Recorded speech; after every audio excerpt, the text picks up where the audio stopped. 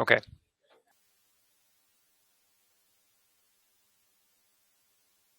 All right, well, thanks everyone for joining us today. This is Chase Winder from Graduation Alliance. I'm a state program director.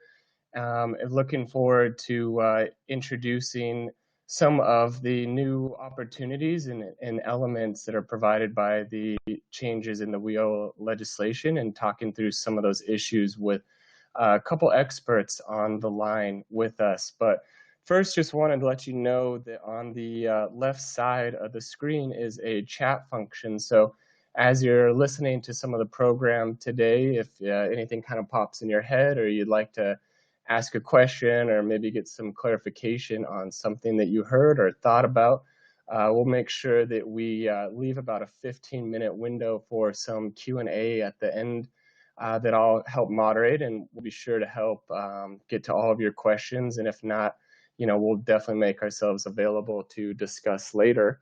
I'll try and kick things off a little briefly about some of the things we'll talk about today, some of the challenges and opportunity in the legislation before I will introduce two of our speakers and presenters today.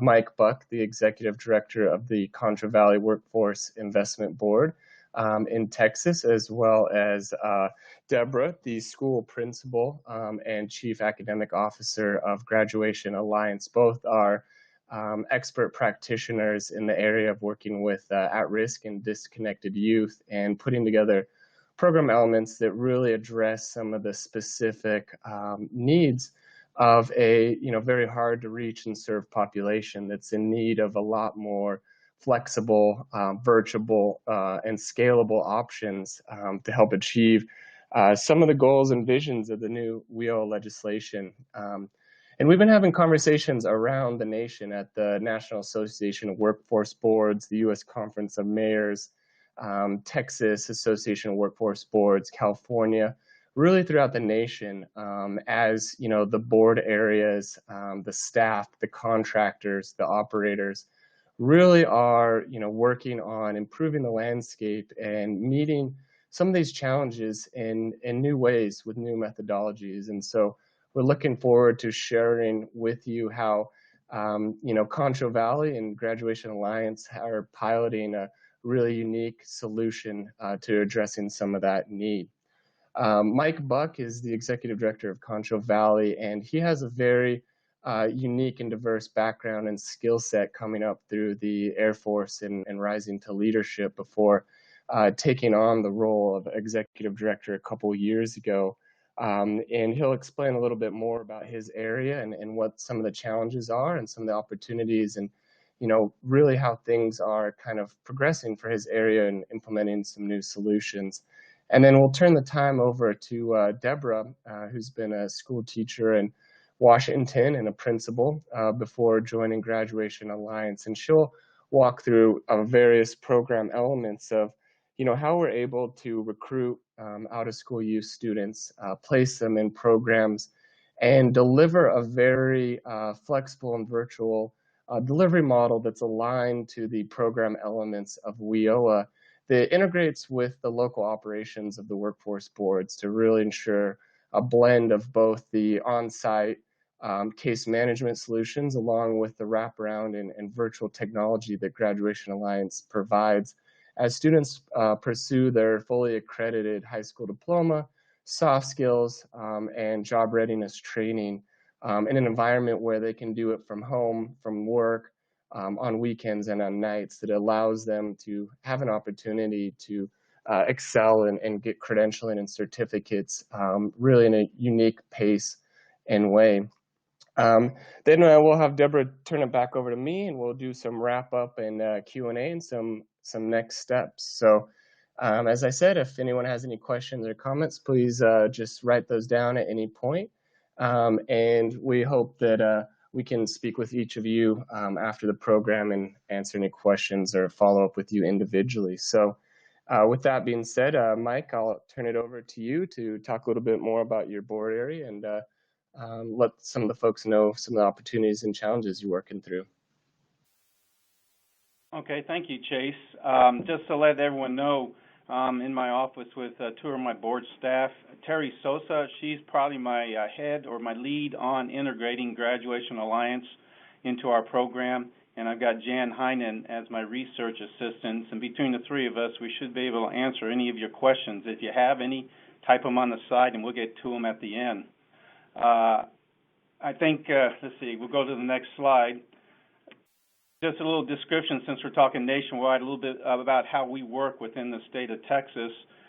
You're actually talking to the board staff. I'm the executive director of the Concho Valley Workforce Development Board staff, and our charge is to oversee our operations of our one-stop operator, our contractor, and in this case, they're called the Workforce Solutions of the Concho Valley. And that's kind of where we fit in the scheme of things from the board side. And so all of the work being done is done by our contractor, where we oversee what they do and provide them guidance and direction and policy and all those things. As you move down to the demographics of the board, we are one of 28 in the state of Texas.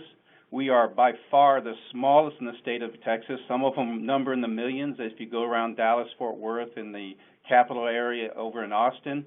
The next size up of board is about 275,000, and if you can see there on the second bullet, we have 175,000 in our region, which includes 13 counties.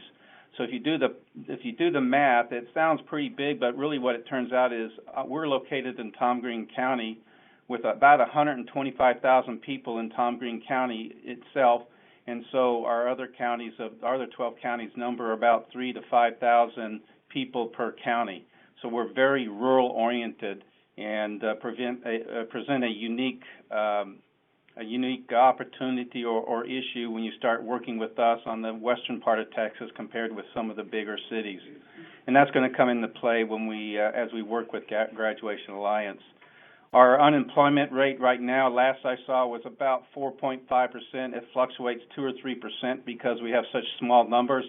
But we do carry it a little bit better than the state of Texas, and obviously better in the nation. And you can see the numbers about the medium income and poverty line and all that. The bottom line is we have a need to educate out-of-school youth. It's a perennial problem with us. And so as I was attending the TOB meeting, the Texas Association of Workforce Boards, back in the spring, Chase was actually one of the guest speakers for Graduation Alliance. And as he started talking, it piqued my curiosity, and from there we went to where we're now working a small program with them, looking to expand. Let me talk to you about the key problem we have with youth is the out-of-school youth problem. Give you an example. Terry worked with one of our local organizations to schedule a meeting with 25 of their members. They were mothers with kids, and she set it up over a 2 or 3 week period. RSVs from everyone, went back and talked to them the day of, had transportation available, had child care available, had food available, and of those 25, 0 showed up. And so you see we tackle a pretty difficult problem just trying to get out-of-school youth into or in front of us so that we can help them out. And so at that time, last spring, we're beginning to look for other ways to find out-of-school youth, how to get to them. And then when Chase briefed about the Graduation Alliance program, in particular their outreach program, it really piqued my curiosity, and that's where we got engaged with Graduation Alliance.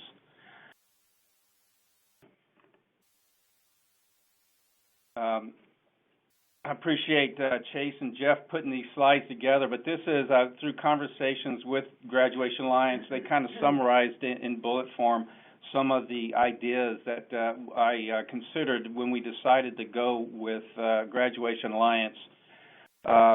We needed a new approach. Obviously, we needed a new approach, and so their offer or their methodology to go out and outreach the youth that were dropped out or not in school that were in the right age range for us was very appealing to me, and so that caught my attention. And then as we started looking at the program a little bit closer, it caught my attention more to the point now where we have a small contract with them, hoping to expand. One thing that we found out as we were looking at their program is, as we looked at several other high school graduation online programs throughout the state of Texas, this was a comprehensive program. When a person signs up for it, and I'm not talking the parent doesn't have to sign up for them, school counselor doesn't sign them up, it's actually the person. As that participant signs up, they get a comprehensive program right in front of them. A little thing like a laptop. They get the laptop that's not only loaded with all the right software for them to use, but it's actually web-enabled and everything. They don't have to go and find their own locations to do the work or anything like that. It's ready for them to use right then and there, so it makes it very easy for them to access the program. The second part of this whole program was just the staff that was provided.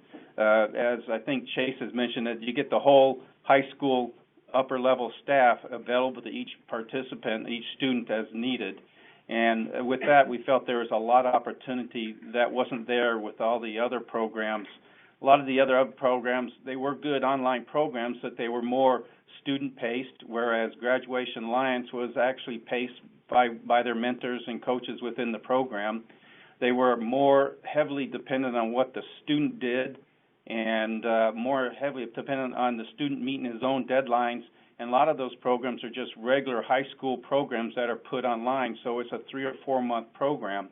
And so it can be kind of frustrating for a student to see any progress in the program. Because it's an online program like any other online program, it has 24/7 access, and I think that fits in the needs of the students, along with, I've kind of alluded to it a little bit earlier, this achievable program. It was really appealing to me, the quarter-hour courses that are offered, little 2-week bikes of courses that add up into a whole semester's worth of courses. And so with a very short period of time, a student can get involved, see some progress, and actually get awarded if need be as they move through the program. And I think that fits the mentality of a lot of the out-of-school youth today. And we're looking forward to see how that works. The last 2 bullets, supplements and enhances existing solutions like case management, job training and placement, public assistance and counseling. We're exploring that, but it's going to integrate very well in some of our counselors' programs, the note-taking that we have to take, the documentation for the program. We're still working through that, but it looks like it's going to be a very easy solution to work through that. No issues in reality. And the community involvement. Let me talk about that a little bit more. In our local area, our biggest school district here in San Angelo, Texas, covers about 1,500 to 1,600 graduates a year. And we're estimating there's probably 200 or 300 kids a year that become available. As the schools work with their problem children, they have several options. One is what they call the PAYS program for their difficult students, where the student can actually go outside the school area and sit down and do their work there. And we obviously have the adult education and literacy program, which includes a GED effort. And so we have, and that's hosted by the community college. And with those 2 entities working with us, we offer a much larger option once we get them all integrated. And here's my vision in the long term, is as we explore this, we have the school program, a full-up school program that takes a kid from 9th grade all the way through 12th. We have the modified school program that takes the student from 9th grade to whenever they fall out, and then they will proceed to that PAYS program and finish their high school education that way. Next option would be a partial Graduation Alliance program where a student drops out. We hire Graduation Alliance to focus on that student, get him back up to speed, and get his motivation back up, and re-enter him in school so he can graduate with his class. Another next option would be a complete Graduation Alliance option that takes a student to finish his high school degree. And then the last 2 options involve those students that have a lot of training, a lot of credits required to get their high school degree, and those will probably have to move over to a GED program. And with that, we have our local community college running that, and I see them having an integrated program where they will use Graduation Alliance where it fits, or a longer, just standard GED program. And so we have a lot of options here in the future as we work through the program. And to give you an idea where it stands right now, this is a small effort right now. We're still working through a lot of bugs. I'm not sure if Graduation Alliance is working with any of the boards in the state of Texas. We have about 6 or 7 that are interested in right now. But as we work through them, we're working through the Texas issues because, as you well know, each state has its own issues. And so we're slowly moving through. Our staff picked about 6 or 7 students initially from our records, from our workforce solution records, called them up and got them interested in the program. Of those 6 or 7 students, we felt that 3 or 4 really qualified well. Of those 3 or 4, one was homeschooled, and we didn't have a way to validate credits, and so we're looking at other options for that person. 3 that we entered into the program, 1 dropped out immediately, or we just lost contact. We're still working on bringing them back, but we have 2 in the program right now that are doing very well. The numbers are too small to really give you a good trend on that, but we are encouraged that we did get 2 in the program, and by talking with those 6 or 7 folks, we have at least opened the door to them again and moving from there. Let's see.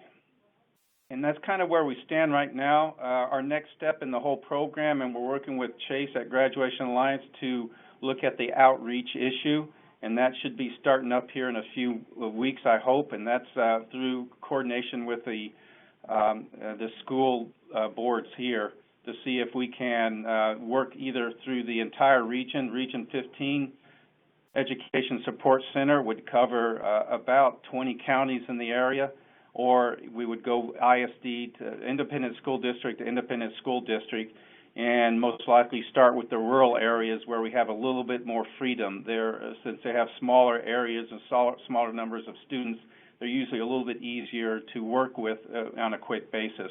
But that's kind of where the program stands. Really encouraged by the initial results, and encouraged about the options that we have for the future, and looking forward to getting a better picture here in about 6 months. And that's kind of where we stand. I'll pass it over to Deborah to talk about the program in more general, but please pass me your questions, and we'll try to answer them here at the end of the brief.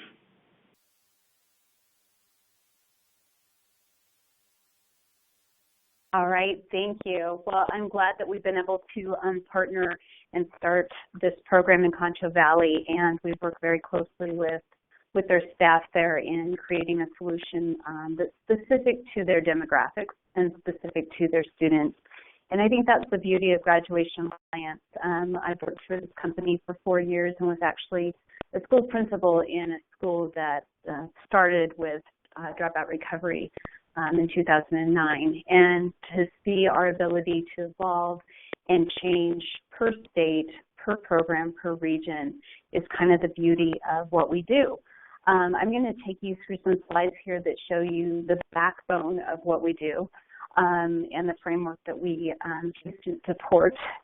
And I think we'll see some of your questions probably answered as we go along that may have started to form in your mind through the first part of the presentation.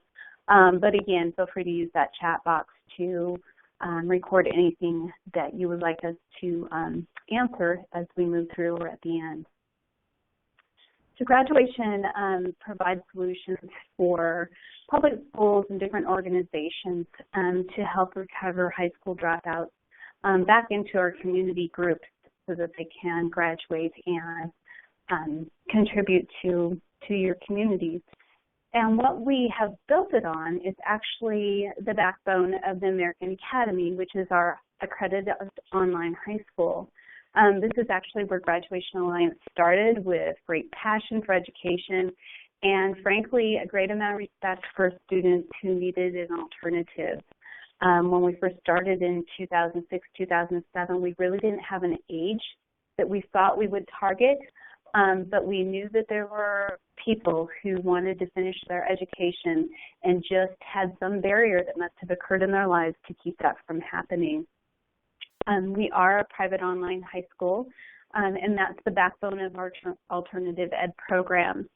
So many of our programs, diplomas are awarded by their local state or by their local school district, but because we are an accredited high school, we have the opportunity to award diplomas as well in a program such as Concho Valley.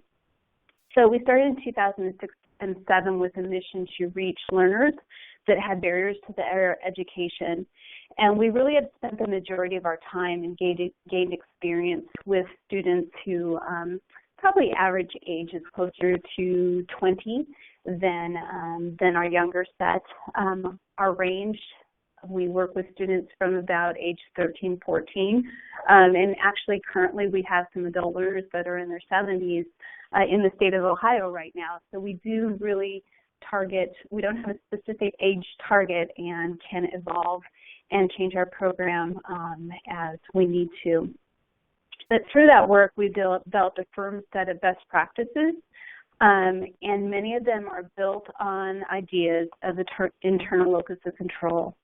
So regardless of what type of content we're trying to deliver, regardless of how many credits a student is trying to acquire, we are always in the background hoping that we're giving interventions to students that help them to realize they're in control of their life, they're in control of their education, and so they're in control of their future as well. We, regardless of age, have built structures that you'll see here as I flip to the next slide that help each learner to get the most out of the program that's offered. Sometimes there's different restrictions depending on the states we work in, but we work very hard to make sure students have clear expectations, they understand the path that they need to go on, and then we provide the support needed for that. The American Academy is an accredited online school where we were initially accredited by NWAC, which has been absorbed by Advanced Ed. We will continue to work with Advanced Ed on keeping our accreditation going. We're right in a cycle right now. Advanced Ed is a wonderful organization to work with. They really focus on continuous progress and improvement in any district or school that they work in. So it's a great place to be right now in the education setting. We take a lot of pride in the dynamic approach that we take to education, and it's just been fun to be involved in teams that evolve as students and programs change and as ever-increasing standards change in our nation as well. So basically, how the American Academy works, we have students enroll in American Academy courses, and there is no set school terms. So students can work at their own maximum pace. We do have minimum paces that we set per program because everyone needs a boundary. And if you just have kind of a time frame that isn't set, people have this tendency to not work as diligently. So we do have open entry. Students can enter courses on any one day at any 1 hour, and it definitely provides an opportunity for an accelerated pace. Most of the students who come to us are over age. Some of them are over-credited. Some of them are very close to graduation. But our ability to enroll students in the courses that they need and move them along gives them motivation. It was mentioned that we offer quarter credit courses, so students experience success early and often. We have students enrolled generally in about 2 quarter credit courses at a time so that they're finishing a semester's worth of work at least every month. And that really starts to build up quickly, and success breeds more success. And we certainly have seen that in the way that we roll those out. We have a whole team of people who can review transcripts, build learning plans, and so that effort is very seamless.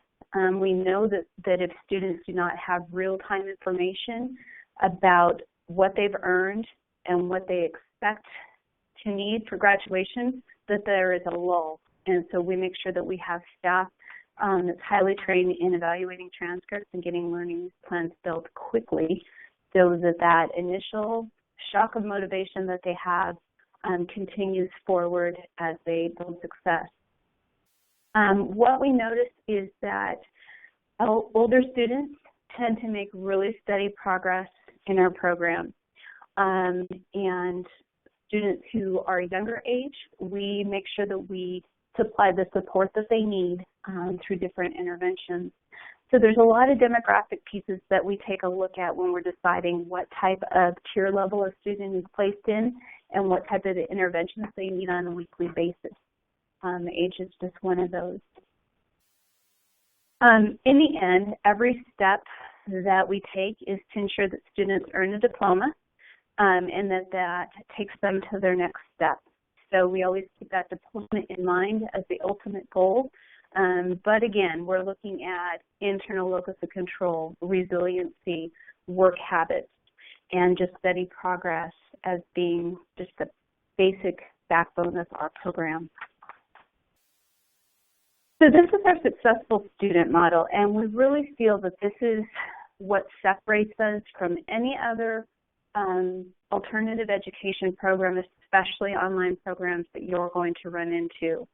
We have built this triangular building block that takes into account that this student population needs a very flexible approach. They need to have accountability. So people without deadlines, people without expected pace have a hard time making it on their own. And that all equals accountability. And then the piece that supports those two is the support that we give students in our wraparound services. The flexibility in an asynchronous education setting means that there's no waiting for the teacher to post a lecture. There's no waiting for classmates to collaborate on a project. Students can get in, view a lesson, submit work, and move along. So it very much is on their timeline. We try to very strongly message that this flexibility is not about flexibility within the week, the month, or the year.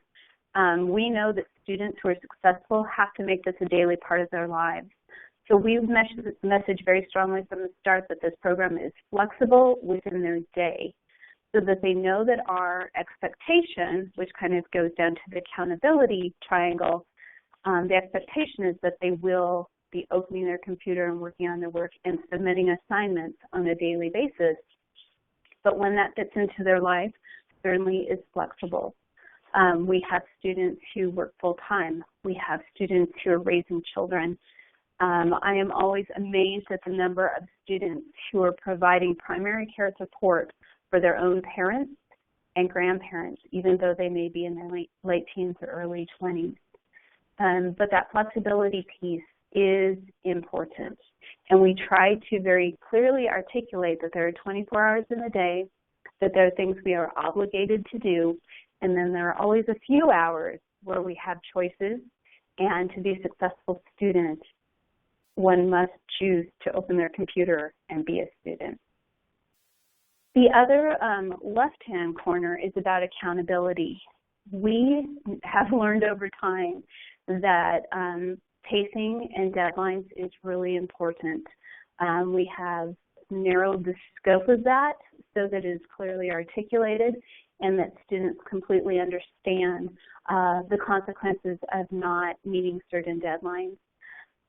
We know that accountability has to eventually happen to have self-accountability, but our mentoring and coaching provides accountability and check-in as well.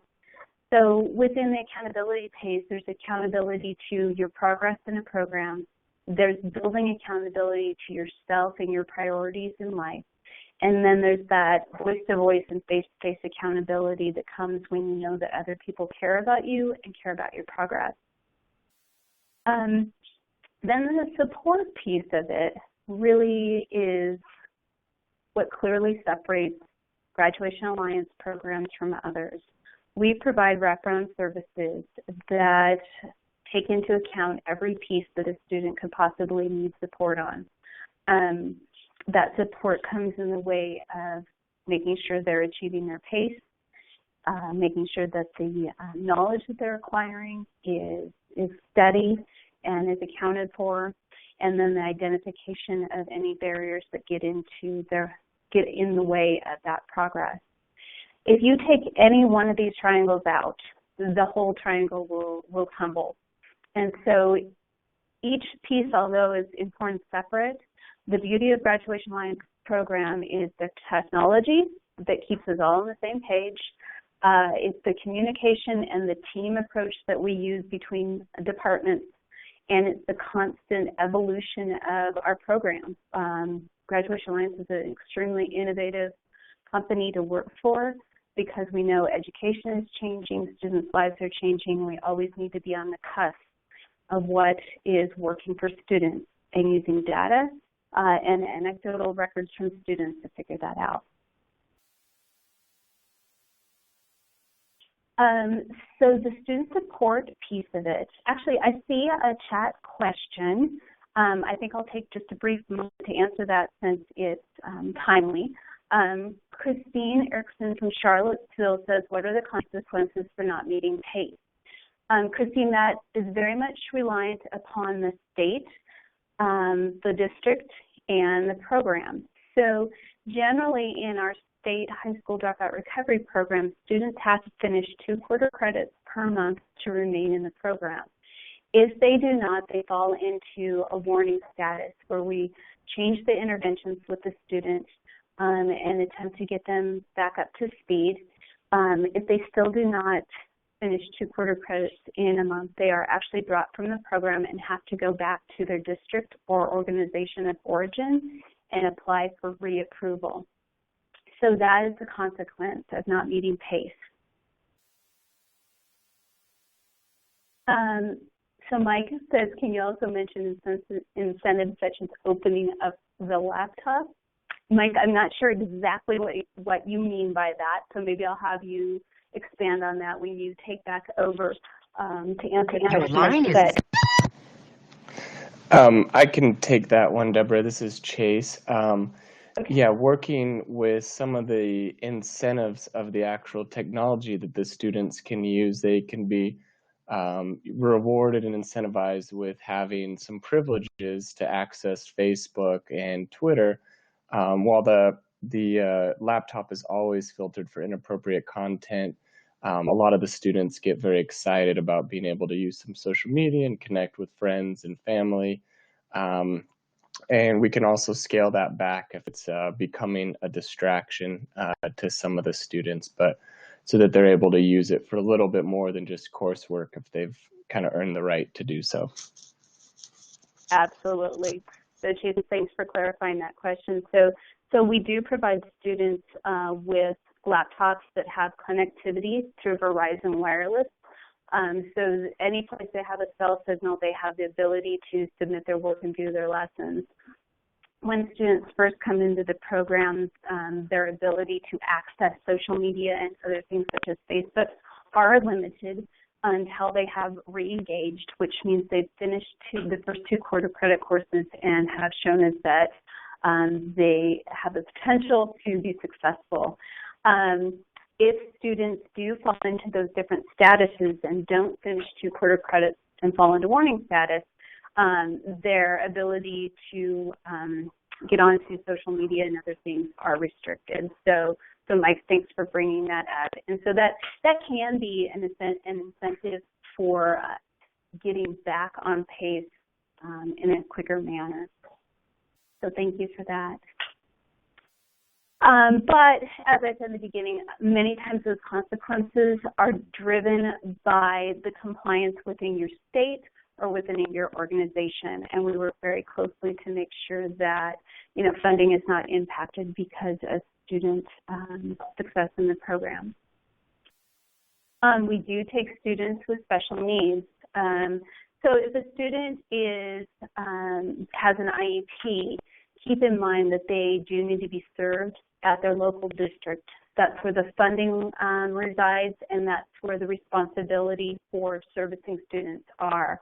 But we generally work very closely with special education departments to make sure that students attend sessions for their specially designed instruction. We do look for their IEPs, and then I grant accommodations in their learning environment. So we are not service providers, but we do accommodate for student needs. The majority of students who do well in our program and have an IEP generally are students who have a social, emotional, or behavioral disorder, medical other, such as ADHD. We have a great amount of success with ADHD students because our learning environment actually provides the majority of accommodations they needed in the first place. Isolated setting, working at their own pace, being able to get up and move around. So we have a great amount of success with those students.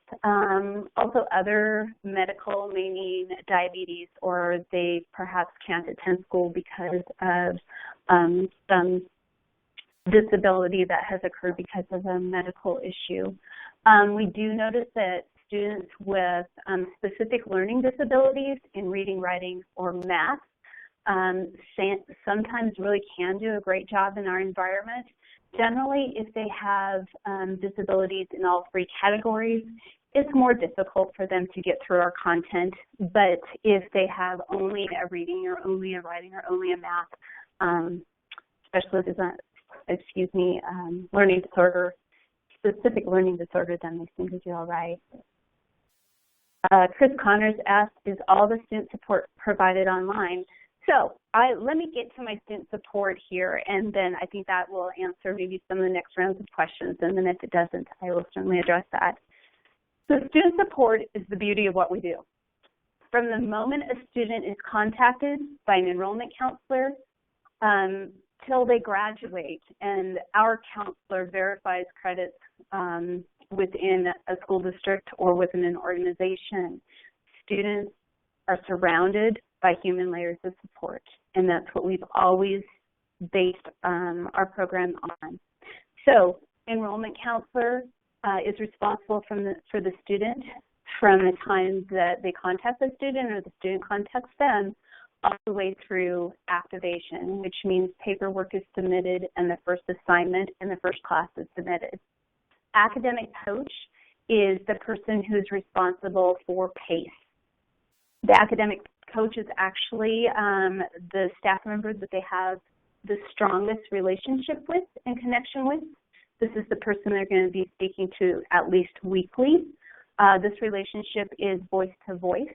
So our academic coaches work collaboratively here in our Salt Lake City office. But the academic coach is, I always try to think of them as the nagging big brother or big sister. The principal, myself, I work with students who have shown at-risk behaviors and increased interventions throughout the month if they fall into that warning status I talked about. And then I also monitor curriculum and all these other departments. Technology we've mentioned. Students are provided with a laptop. Sometimes it's a Chromebook, sometimes it's other. And we have tech support in our office 12 hours a day from 7 until 7 Mountain Time. We have career and college counselors that meet with students when they are in a last miler status. We consider last milers are students who are at 6 credits or less. So we add that layer of support in helping them make their career and college transition plans and getting them set up for that next step. Our teachers, our teachers have a unique role. They are purely to assess student work, keep a proactive eye on their gradebook, reach out to students who need further academic support, and respond to student requests for help. And then we also have tutors who are available 24/7. Mainly, students can contact tutors for all subject areas, but mainly, this will be no surprise to you, students reach out for math and science help. And our tutoring agency does a fabulous job of providing them with the support they need to answer their questions. Then finally, our student advocate piece. This is a unique piece.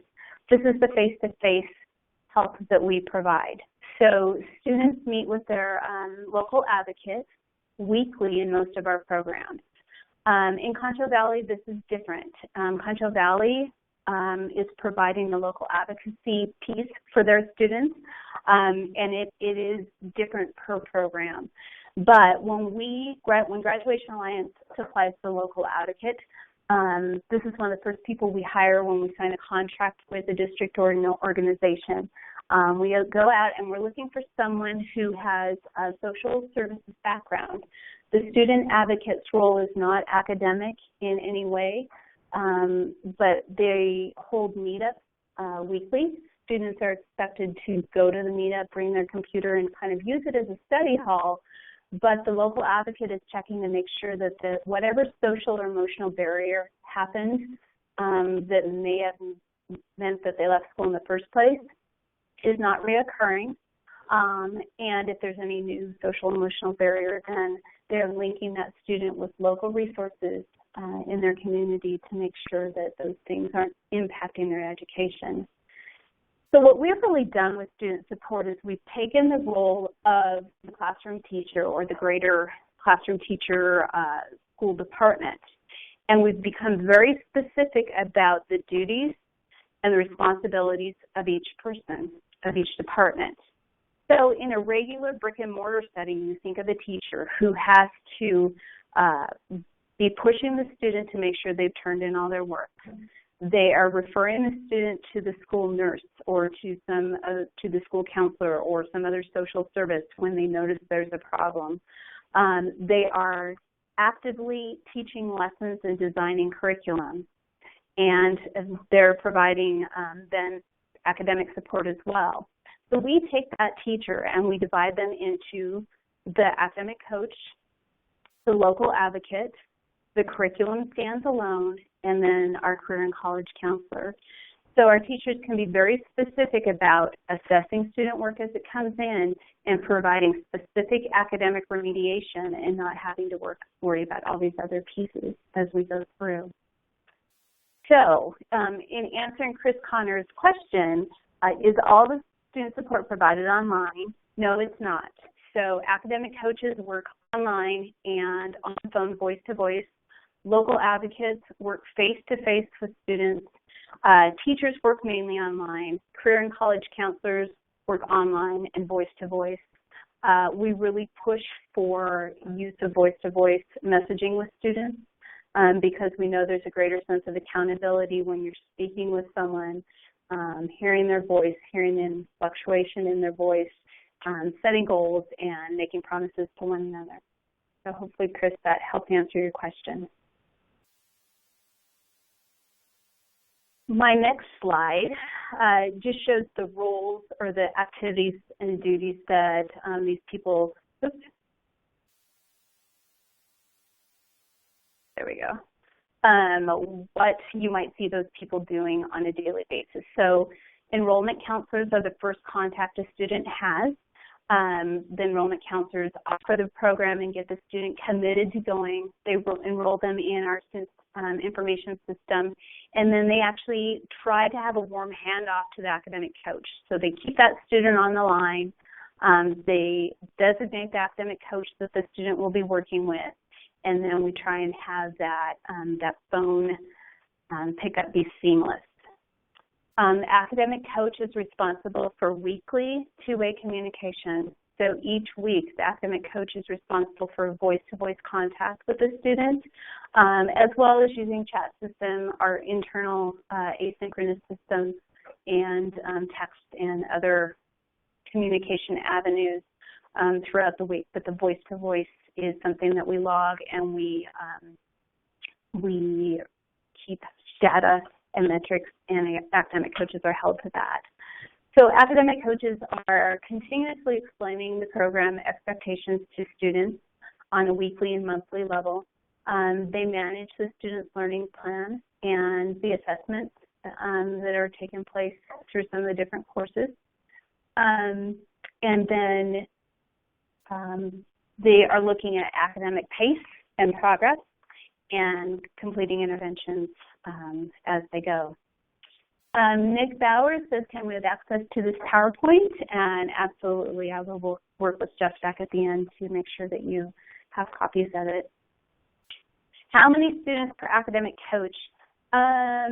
So our local advocates have no more than 50 students, so that's the face-to-face person, and our academic coach load is approximately 150 students.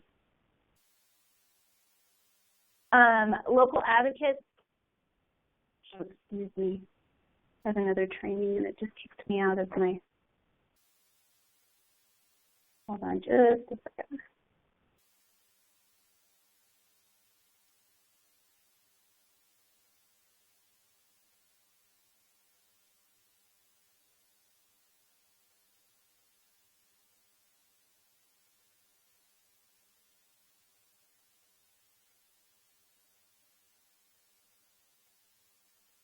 Okay, I'm back on now.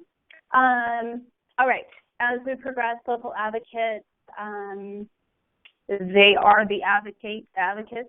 They're advocating for students and teaching them how to be self-advocates. They're managing questions and challenges. They have the regular meetups. They also do quite a bit of paperwork intake. They're responsible for promoting completion of assignments, but that's not what they're responsible for. And then community organization, we expect them to be the hub within their community of knowing what resources are available for students and helping to connect students to those. As I said earlier, teachers, basically they're there to help with the course, continue to keep students engaged with learning. They're grading assignments continually, and they do help us design the curriculum. However, that is not their responsibility. Our career and college counselors look at the integrated learning plan. They're making sure that the students' courses line up with the graduation requirements for the district, because that's certainly different from district to district and state to state. They do college and career transitions and discuss those plans and revisit the goals with the students. And finally, tutors provide specific coursework for specific content, skills, and questions. So those are the different activities you'll see with student support roles. Our curriculum is really designed with this specific group of students in mind. We start with the academic standards that are nationwide. We have to include academic standards per state, so we are very cognizant of the differences from state to state and making sure that the curriculum reflects those things. We focus on a design method where students can accelerate their pace. I would say that our curriculum definitely is not focused on providing bells and whistles and animation and things that take more time. It's very straightforward, content-based, so that students acquire the knowledge they need to, and then can move on to our assignments that are built on levels of critical thinking. If you're familiar with Bloom's taxonomy, we take students from recall comprehension level, and within each unit of study, we're moving them through application, synthesis, analysis, evaluation. It is not just a dump knowledge in and test to see if they still know it. A few days later, our assignments are very much built on making sure our students can think critically. Some of our assessments are multiple choice and true and false, but the majority of assignments have some sort of short answer included. There's a lot of essay writing. It's a comprehensive curriculum. We assess early and often. There's multiple assessment formats that are used. And teachers monitor formative assessment scores all through a course, not only to validate the final exam scores, but also so that they can modify that final exam assessment if necessary for students who may need something that's a little different than is typically offered.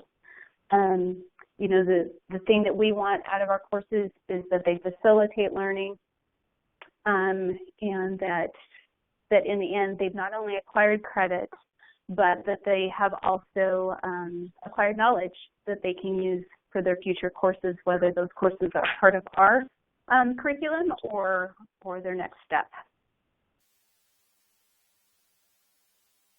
This is a look at our student dashboard.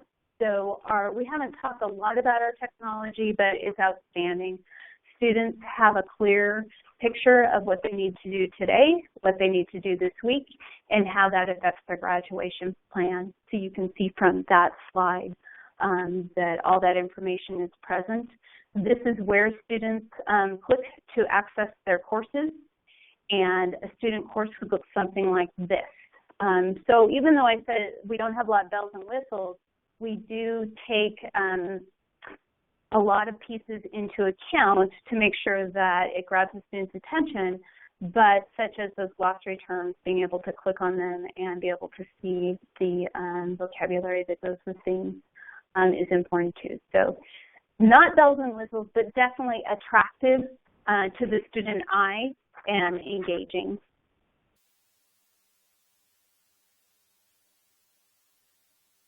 This is what a support team portal might look like as well. So just like students have information just at their fingertips about their own learning, we have different views as well. So this, when I pull up a student, this is the first thing I look at. I look to see their assignment submission rate.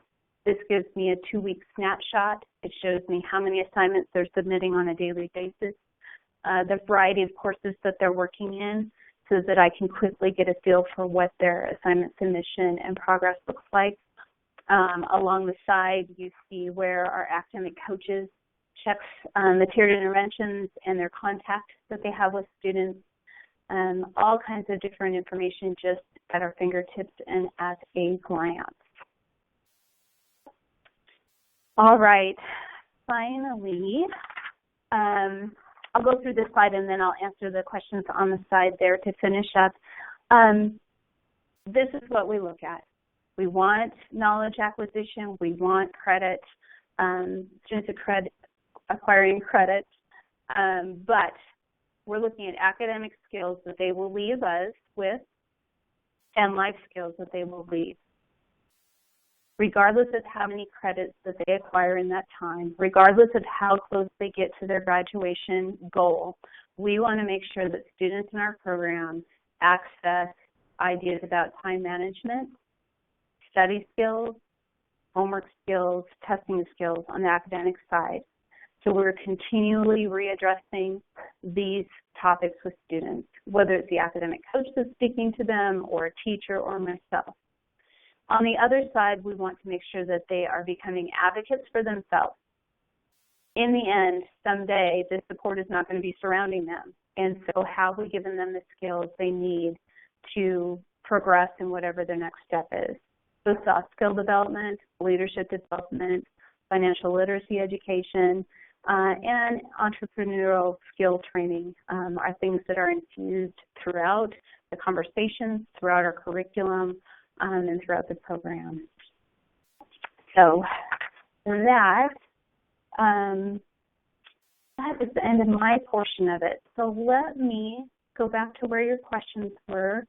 I think I'm to K.O. Bradford from Hawaii. Is the laptop provided to them only during the program, or do they get to keep it afterwards? The laptop is only provided to them during the program. When they have graduated, it is turned back to the program and recycled and given to another student. It's funny you ask that because actually in some states, when we first started this program, we may have given some laptops to students as incentive and reward for graduation, and we may have gotten in trouble because that's gifting of public funds. So the long and short of it is that's why we don't do it anymore. What reading level is required? What we see, what we notice is that, especially for students with an IEP, if they have at least a 5th grade reading level, they seem to be able to manage the program. Much below that, and they have a hard time accessing the curriculum, because it is online and you do need to be independent in how you go through it.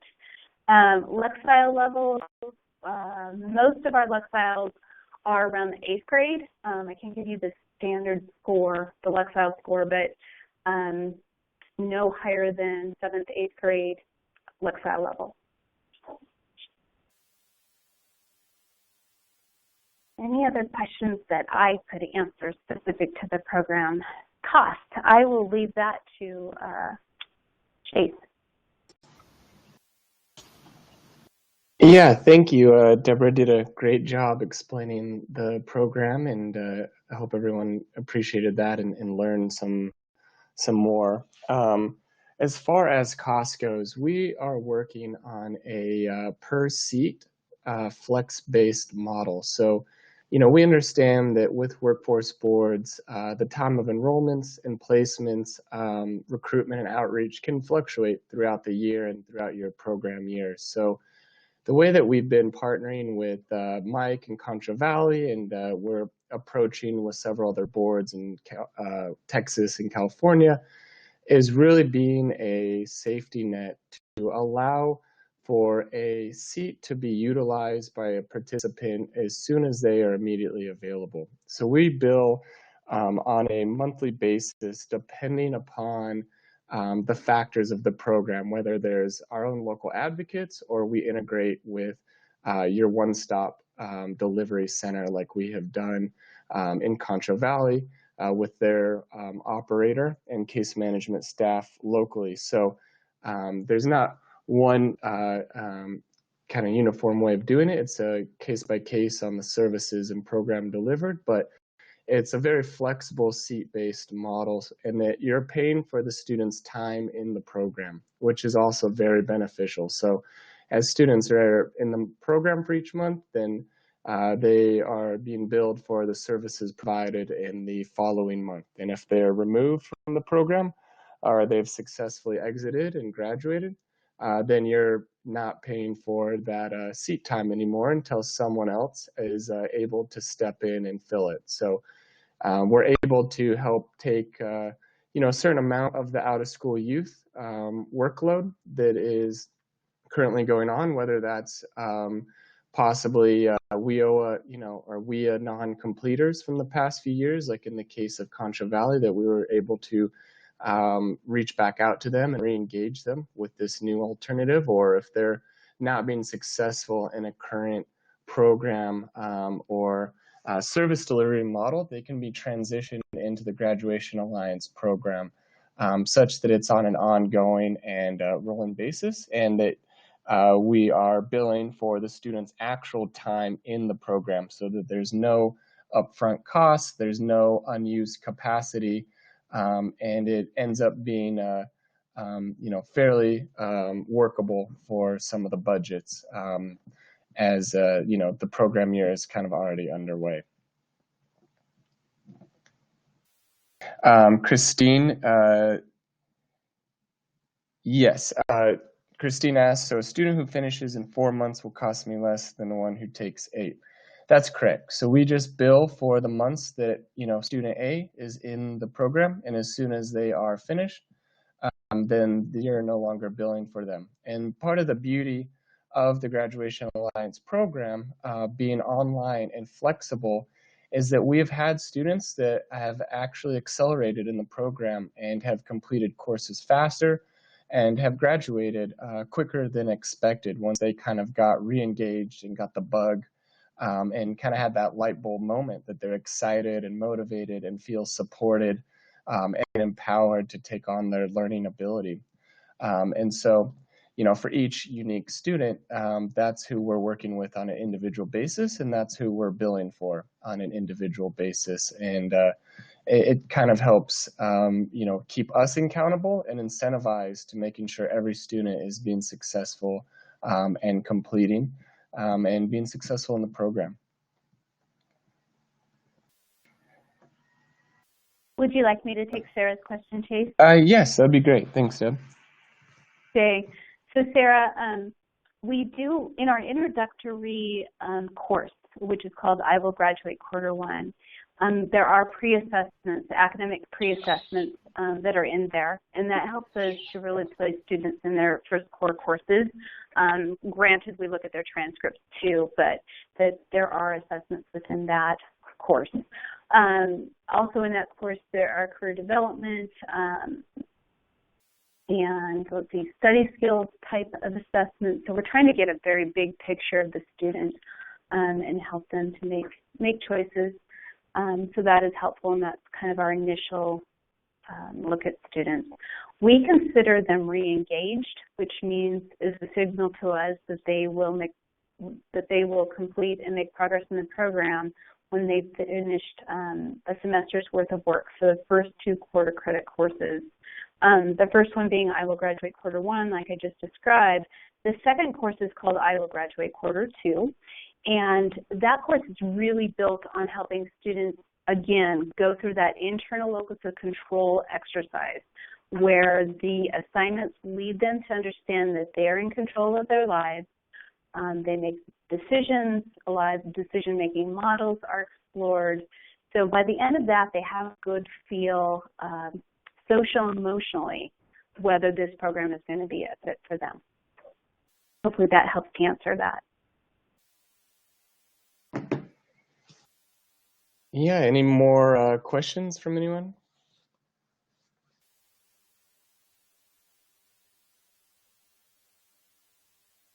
Well, thank you all so much for your time. As you sign off on the program today, there's a short survey that you can give a little bit of feedback for on the program and the usefulness of it. And we're really looking forward to following up and reaching out to each and every one of you to see if there's anything we can do to help your out-of-school youth communities and really assist in providing new pathways and tools in your tool belt to helping solve, one of the critical problems and opportunities to helping students get back on track and get a second chance at a new trajectory in life. And so I'm sure Mike and his team are happy to answer any questions separately, and we'll include their contact information in the slide deck that we send around. And I just really wanted to voice our appreciation and mine personally to Mike and Terry and Aaron and their team for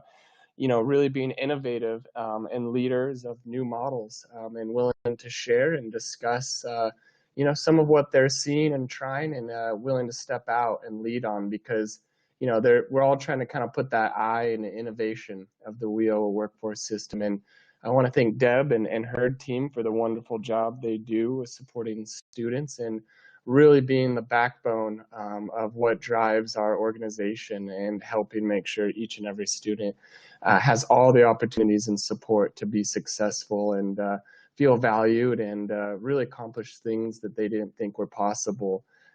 So thank you so much, everyone. Hope you have a great rest of your week and looking forward to talking to you all soon.